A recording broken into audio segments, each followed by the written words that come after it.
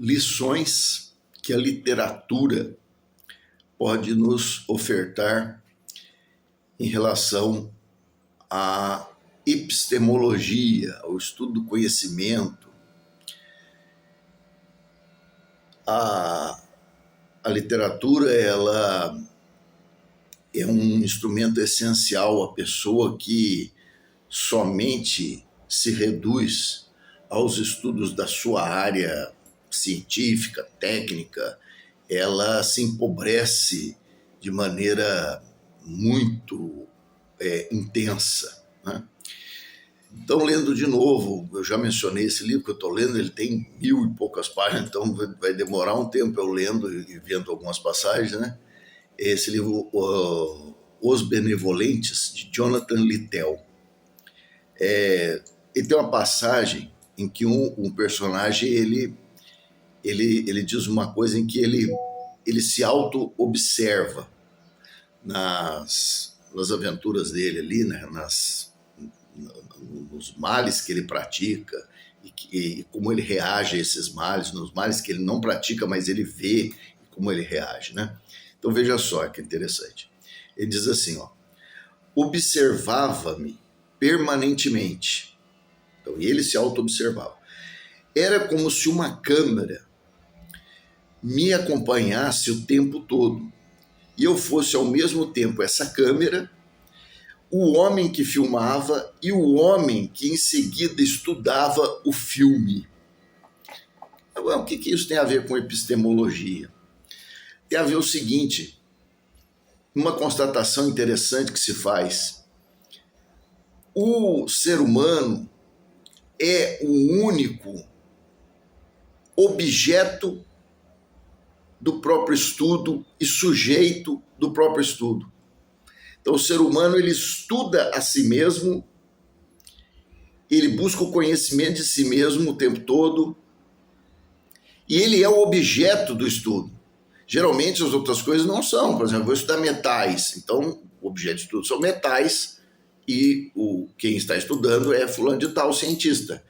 Eu vou estudar arquitetura, bom, então o meu objeto de estudo são construções, são monumentos arquitetônicos, estilos e não sei o quê, e eu sou o sujeito do estudo, né?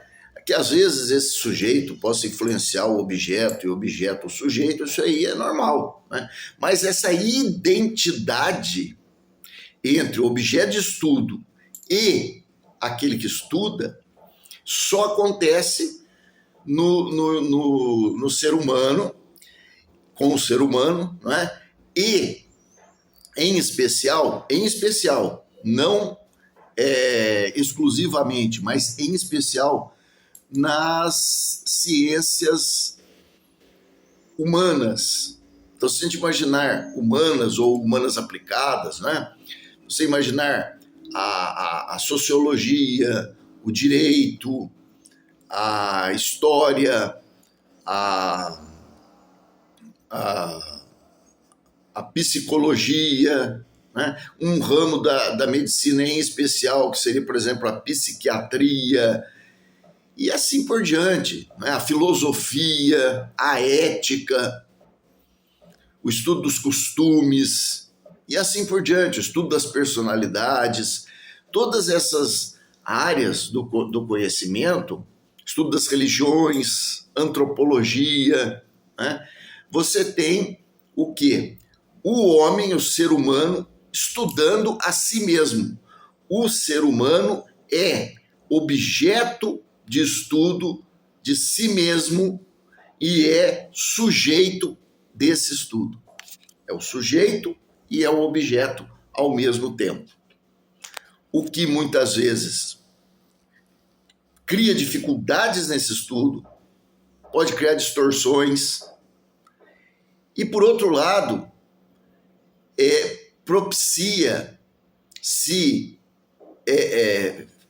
utilizado esse aspecto de maneira ponderada, de maneira equilibrada, propicia maior facilidade, maior capacidade de compreensão